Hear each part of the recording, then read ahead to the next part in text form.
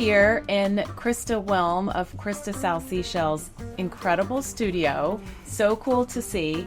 Christa, can you tell us a little bit about how you got into shell art and what attracted you to it? I was an antique stealer. Okay. So I'm a collector by nature, and I always brought home stones and little nests and things when I was little. So I've always loved anything that comes from nature. I grew up in Colorado, so I was not near many shells. There are some in Mesa Verde where the Indians traded with the California Indians. So it's interesting. But when 2008 came, the antiques started going right out of style. So I had a niche. I had already started making some seashell things and was loving it, and customers were really supporting me. I had a couple of mentors who were wonderful. And so that's how I got started. And then I kept collecting because I'm a collector. I have so many shells and estate shells and special shells. I thought I'd better start making some jewelry for all these wonderful little pieces I have to be able to share them. Yes. And what's your process normally? I mean, you have pretty much anything that you can think of. Yeah. Covered in beautiful shells. But do you look at a shell and start that way and think this should become a chandelier or this should become a mask or? Well, no, but obviously if I find a big roundish kind of piece, I go, oh, that'll be great on top of a mirror or something like that. So yes, I definitely have, certain things that I have in my mind planned for, a certain kind of project. Of course, I never know what's going to walk in the door. Right. But, and I still have to order shells, even though we've got millions. Yeah. Next door is a whole nother wall of shells. It's mostly overage from the jobs that I've done over the many years. Right. So this one, the lady came in, told me what the foyer is going to look like. It's going to be tortoise with a coquina floor, Pecky cypress ceiling. And so she wanted to choose these natural colors that would not be, too happy looking.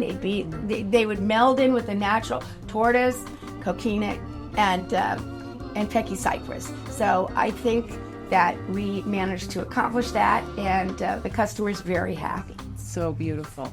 Is there a favorite shell that you like to work with? Do you get excited when you hear you have a request for X?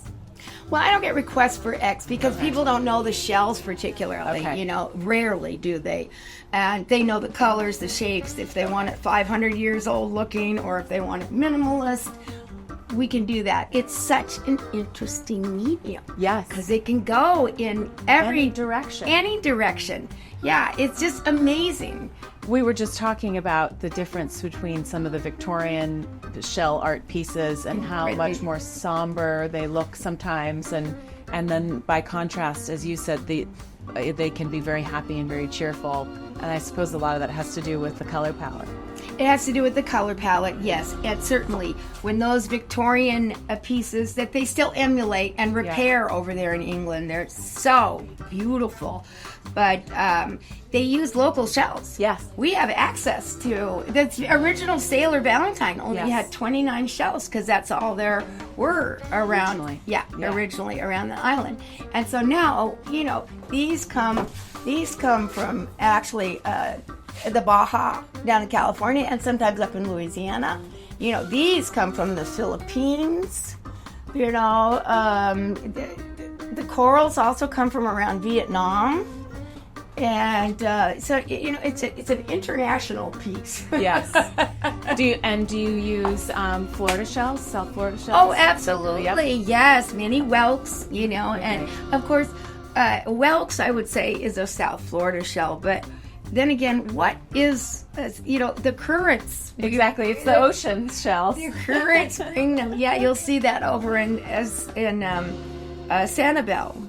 Yes. Across the way there. Yes. Shells from all over the world wash up in those special currents. Yes. So it's pretty interesting. So interesting, Christa. Thank you for showing us your space. I could spend a lot of time here and not. Well, come on over.